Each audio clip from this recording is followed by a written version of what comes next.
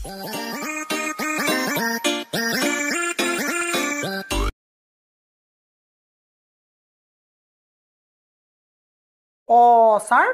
কি হ'ল আপোনাৰ আহক আহক আহক আহক বহক বহক হ'ব হ'ব হ'ব দিয়ক দিয়ক দিয়ক বহিছোঁ বহিছোঁ হ'ব দিয়ক ছাৰ কালি ৰাতি ড'জটো অলপ বেছি হ'ল নেকি কি কথা কৈছে মিষ্টাৰ দুদু আপুনিও মোৰ কথা তেনেকৈ ভাবেনে ছাৰ ধেমালি কৈছোঁ বেয়া নাপাব দেই এনেকুৱা গতি মোক কোনে কৰিলে গম পায় মিষ্টাৰ দুদু এহঁতৰ ছিনিয়ৰ গেনেটে কৰিলে সি আকৌ কি কৰিলে ছাৰ মোৰ এইটো অৱস্থা কেনেকৈ হ'ল গম পায় মিষ্টাৰ দুদু মোৰ মানে এনে আমাৰ ওচৰৰ মানুহৰ ঘৰত সকাম পাতিছিলে গ'লোঁ মই ভোজ ভাতৰ ব্যৱস্থাও আছিলে আপুনিতো জানেই মই মাছ মাংস নাখাওঁ এইটো কাৰণে মানুহ ঘৰে মোক জলপানৰ ব্যৱস্থা কৰি দিলে জলপানৰ বাতিটো আনিলে দৈ আনিলে গাখীৰ আনিলে তাত গুড় দিবলৈ পাহৰি গ'ল মই ইফালে ঘূৰি চালোঁ সকামৰ ঘৰৰ চব মানুহ কামত ব্যস্ত তেনেকুৱাতে আমাৰ ইহঁতৰ লগৰ এইটো ইহঁতৰ ছিনিয়ৰ গেনেট তাক দেখিলোঁ ভাবিলোঁ স্কুলৰ ল'ৰা তাকে মাতোঁ গুড় অকণমান আনি দিব তাক মই মাতিলোঁ এফালে অলপ গুড় দেচোন এই মোৰ কয় কি বুজিলে মই গম নাপাওঁ মোৰ বুকুত গুড় মাৰি দিলে বুজিছেনে দৈ বাতি মোৰ গোটেই চাৰ্টে তাৰ্টে পৰিলে মানুহৰ মাজত মই পাত বেং পৰা দি পৰিলোগৈ সকামৰ মানুহে গৈ ঘৰত থৈ আহিছে মোক মোৰ গালৰ হাতৰ বেণ্ডেজ দেখি মাইকী মানুহে ভাবিলে গাতটো দৈগাল পৰিলে গাত দৈগাল পৰা দেখি ভাবিছে মাইকী মানুহে বেণ্ডেজ চেণ্ডেজ দেখি মই মদ খাই ক'ৰবাত পৰিলোঁ বুলি গোটেই মোৰ কেম্পাছত মদাহী বুলি ভাবিছে এতিয়া সিহঁতৰ ছিনিয়ৰটোৰ কাৰণে কেৱল তহঁতৰ ছিনিয়ৰটোক মই পালে তাৰ ঠেং ভাঙি এইবাৰ আপুনিতো জানেই চাগে মিষ্টাৰ দুদু মই মদ ভাংটো দূৰৰে কথা মাছ মাংসও নাখাওঁ কিন্তু সেইদিনাখনৰ এইটো কাণ্ডৰ পৰা কেম্পাছৰ চব মানুহে মোক মদাহী বুলি ভাবিছে মই কলেজলৈ আহোঁতে এতিয়া মই মুখত কাপোৰ বান্ধি আহোঁ গম পায় কাৰণ মোক দেখাৰ লগে লগে চবেই আলোচনা কৰিব লয় কি চুতীয়া ছাৰ মদাহী সেইকাৰণে মুখত কাপোৰ বান্ধি আহোঁ মই স্কুল কলেজলৈ আহিলে ইয়ালৈ আৰু মিষ্টাৰ দুদু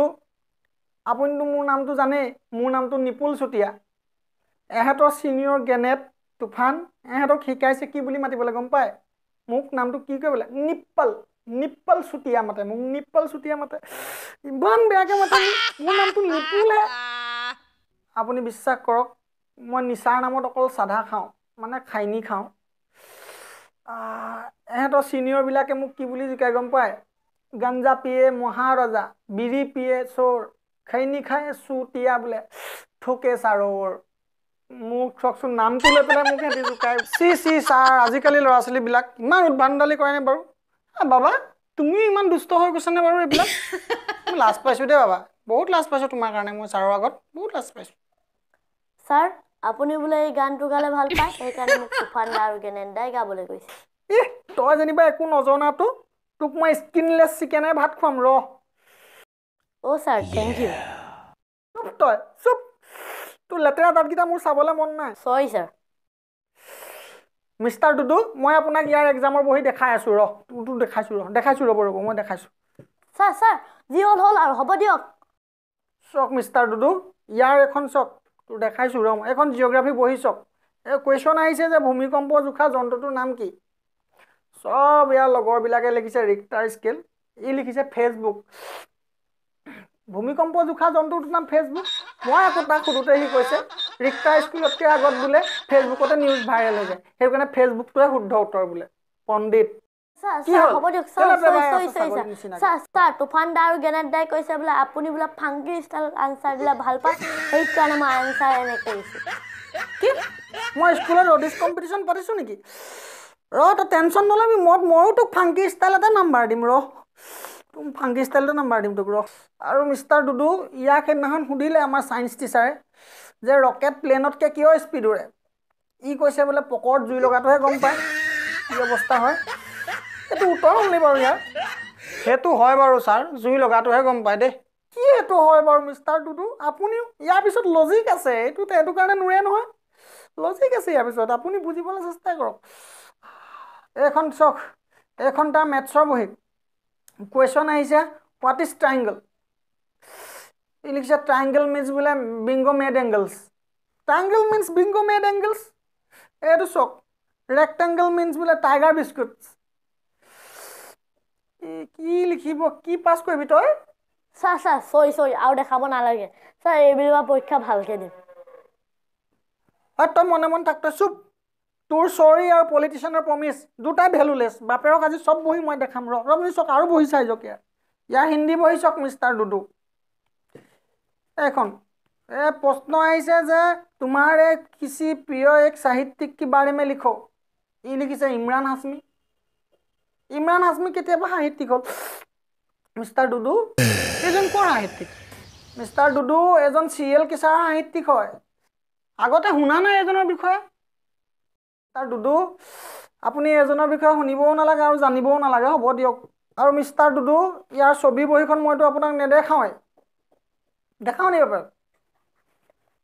এইখন মই নেদেখাওঁ আপোনাক মই নেদেখাওঁ ইয়াত কুৱেশ্যনটো আহিছিলে কি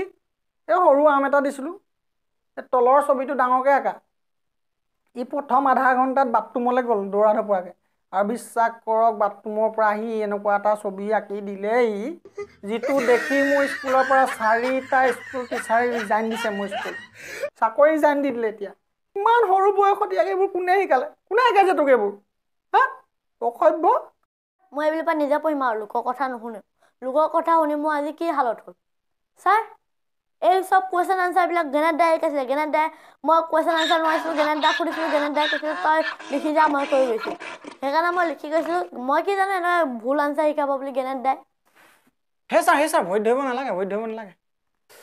এই পেনটো তিলিছোঁ মিষ্টাৰ ডুডু মই আপোনাৰ ভৰিত ধৰা নাই হ'ব ছাৰ আৰু দিয়ক নেক্সট মাহৰ চেলেৰিটো পালে ইয়াক মই পেইণ্টিং ৱৰ্কশ্বপ এটাই খুলি দিম দে বাবা ছাৰ হ'ব দিয়ক আৰু মজা হ'ব ইয়াৰ পেইণ্টিঙততো এনেও টেলেণ্ট আছে একদম ধুনীয়া পেইণ্টিং কৰিব এতিয়া আপুনি যাওক আৰু যাওক মিষ্টাৰ ডুডু তও যা আহিছোঁ হ'ব দিয়ক ছাৰ ব'লা তোমাক ঘৰত গৈ বিচাৰটো কৰিমগৈ মই এতিয়া ব'লা দেই আহিছোঁ ছাৰ ৰ'ব আপোনালোক ক'লৈ যায় ভিডিঅ'টো চাই ভাল পালে লাইক কৰিব শ্বেয়াৰ কৰিব কমেণ্ট কৰিব আৰু লগতে চেনেলটোক ছাবস্ক্ৰাইব কৰিব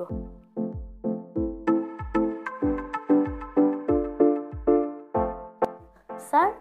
আপুনি বোলে এই গানটো গালে ভাল পায় মোক সেইকাৰণে তুফানদা আৰু ছাৰ চৰি যি হ'ল এইবিলাকৰ পৰা ভালকৈ পৰীক্ষা দিম আৰু দেখাব নালাগে